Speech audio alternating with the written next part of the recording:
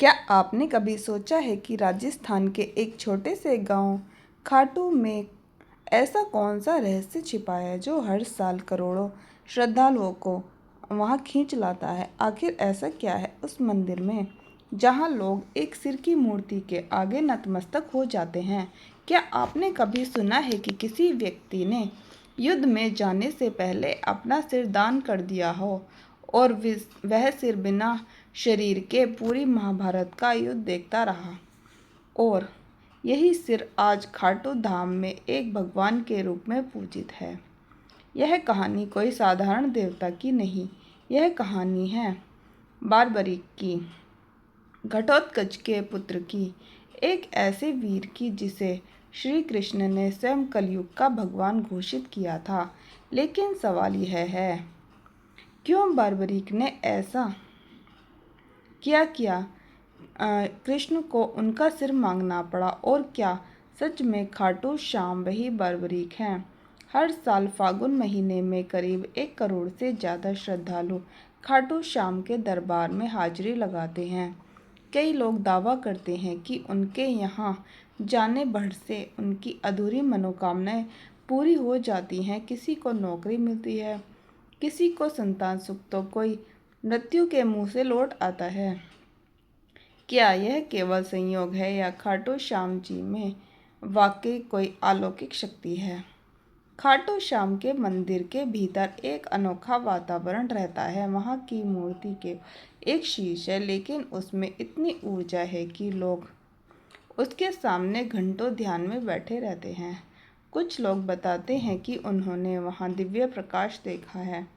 कुछ लोग कहते हैं कि उनके शरीर में कंपन महसूस हुआ। क्या यह केवल श्रद्धा है या विज्ञान की पहुंच से बाहर कोई शक्ति? और यह भी सोचिए, क्यों कहा जाता है कि जब कलयुग में अधर्म चरम सीमा पर पहुंच जाएगा, तब यही श्याम बाबा नीले घोड़े पर सवार होकर युद्ध के मैदान में उतरेंगे?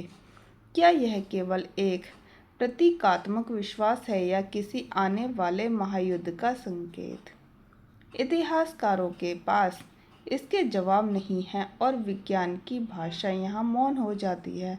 लेकिन लाखों भक्त कहते हैं, हारे का सहारा खाटू श्याम हमारा। जो भी श्याम के दरबार में आता है खाली हाथ नहीं जाता। और सबसे बड़ा सवाल, क्या आज भी खाटू श्याम मंदिर में रात को वह सिर सोता है? क्या मूर्ति में कोई चेतना है, कोई दिव्य ऊर्जा? इन सारे सवालों के जवाब आपको इस डॉक्यूमेंट्री में मिलेंगे।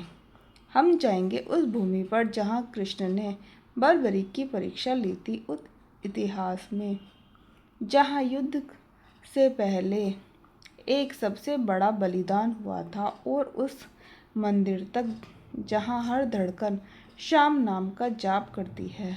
तैयार हो जाइए एक ऐसी यात्रा पर जहां आस्था, इतिहास, विज्ञान और रहस्य एक साथ मिलते हैं, खाटू श्याम के दिव्य और रहस्यमय संसार में। लेकिन उससे पहले अगर चैनल पर नए हैं तो वीडियो को लाइक करें, चैनल को सब्सक्राइब जरूर कर लें। यह आपके लिए तो फ्री है, पर इससे हमारी काफ़ी मदद हो जाती है। राजस्थान के सीकर जिले का एक व्यापारी दिल्ली के एक बड़े अस्पताल में जिंदगी और मौत की जंग लड़ रहा था। डॉक्टरों ने जवाब दे दिया, अब बस चमत्कार ही बचा सकता है। घर वाले टूट चुके थे। लेकिन तभी उस व्यापारी की पत्नी ने एक फैसला लिया। वो सीधा खाटू श्याम जी के दरबार पहुंची। आंखों में आंसू, हाथ में नारियल और दिल में एक ही संकल्प, हे श्याम बाबा, अगर मेरे पति को जीवन दान मिला तो मैं हर साल आपके दरबार में सेवा करूंगी। कहते हैं अगले ही दिन उस व्यक्ति की हालत में चमत्कारी सुधार हुआ। डॉक्टर तक हैरान थे। लेकिन यह सिर्फ एक कहानी नहीं, ऐसे हजारों किस्से खाटू श्याम से जुड़े हैं जहां विज्ञान की सीमाएं खत्म हो जाती हैं और आस्था शुरू होती है। राजस्थान की तपती रेत पर जब सूर्य की किरणें पड़ती हैं तो लगता है मानो इतिहास की कोई सुनहरी परत जाग उठी हो। इस पावन भूमि की हर सांस में कोई ना कोई गाथा बसी हुई है। इन्हीं गाथाओं में एक है खाटू श्याम की। सीकर जिले में बसे इस मंदिर को लेकर केवल श्रद्धा ही नहीं, रहस्य भी जुड़ा है। कहते हैं यह मंदिर केवल एक पूजा स्थल नहीं बल्कि एक ऐसी जीवित गाथा है जो आपको महाभारत काल से जोड़ती है, एक ऐसे योद्धा से मिलवाती है जो युद्ध में लड़ने नहीं, सिर कटाने आया था। एक ऐसा वीर जिसने श्री कृष्ण की एक परीक्षा के लिए अपना शीश तक समर्पित कर दिया, वह भी हंसते हुए। क्या आपने कभी सुना है कि किसी का कटा हुआ सिर युद्ध भूमि देखता रहा और फिर वर्षों बाद वही सिर कलयुग में भगवान बन गया? यह वही स्थान है जहाँ सिर की पूजा होती है, शरीर की नहीं। जहाँ मंदिर के गर्भगृह में कोई सामान्य मूर्ति नहीं बल्कि एक ऐसा सिर विराजमान है जिसे वर्षों तक जमीन के नीचे दबा रखा गया। क्या वाकई वह कुंड जहाँ से यह मूर्ति निकली आज भी दिव्य ऊर्जा से भरा हुआ है? और यह कैसे संभव है कि उस कुंड में जल का स्रोत किसी को नहीं मालूम, फिर भी यह कभी सूखता नहीं? मंदिर के भीतर कुछ विशेष परंपराएं निभाई जाती हैं, जैसे निशान चढ़ाना।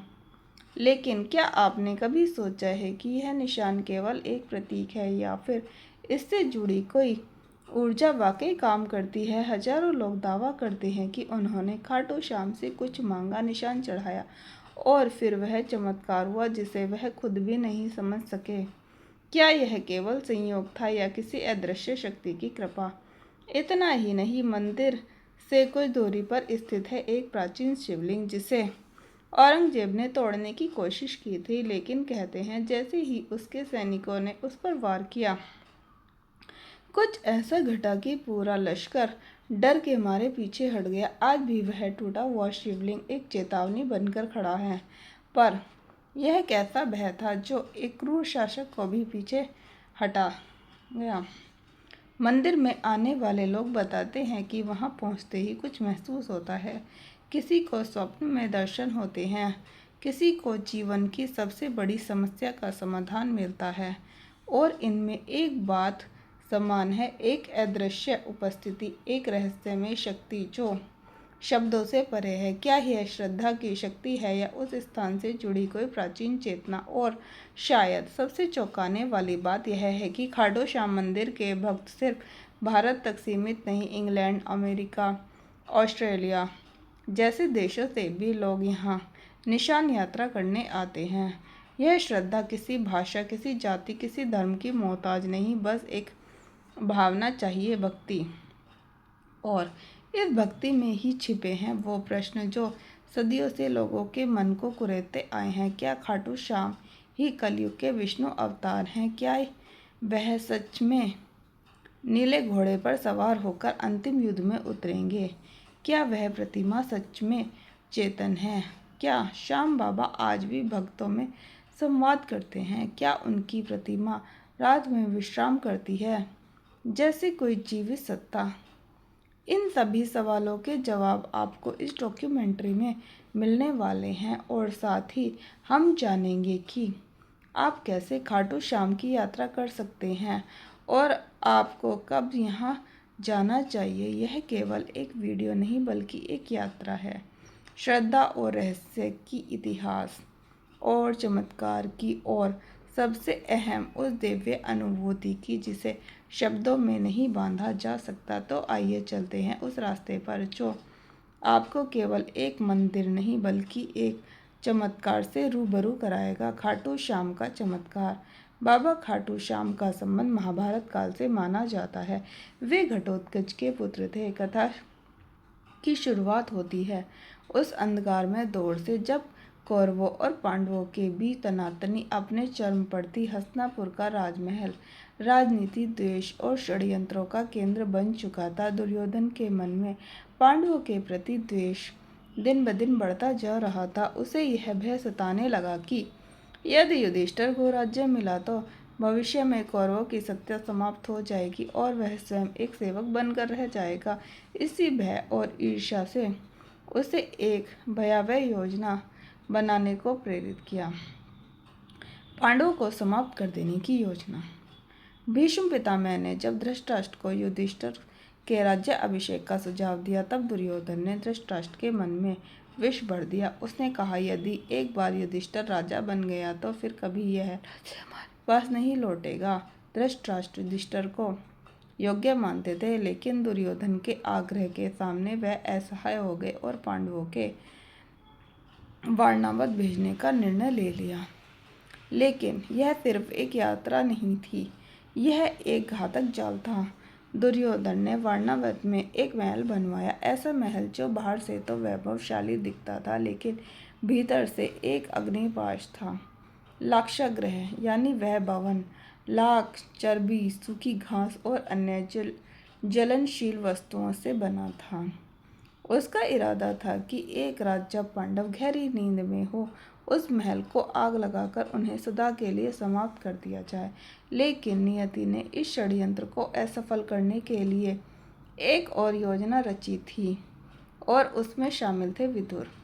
उन्हें इस षड्यंत्र का आभास हुआ और उन्होंने पांडवों को गूढ़ संकेतों में आगाह किया। विदुर ने सुरंग खुदवाने वाले कारीगर को भेजा और कहा कि एक गुप्त रास्ता वन तक बनवा लिया जाए, ताकि आपातकाल में जीवन बचाया जा सके। फिर वह रात आई जब दुर्योधन ने महल को अग्नि के हवाले करने की योजना बनाई, लेकिन इस योजना से पहले ही भीम ने प्रतिकार किया। अग्नि वहीं फैली, लेकिन अपने साथ पुरोचन उसकी योजना और निर्दोष भिल्ली को भी ले गई। उधर पांडव सुरक्षित सुरंग से निकलकर हिंडन नदी के किनारे पहुंचे और विदुर द्वारा भेजी गई नौका में सवार होकर दूर एक घने जंगल में जा पहुंचे।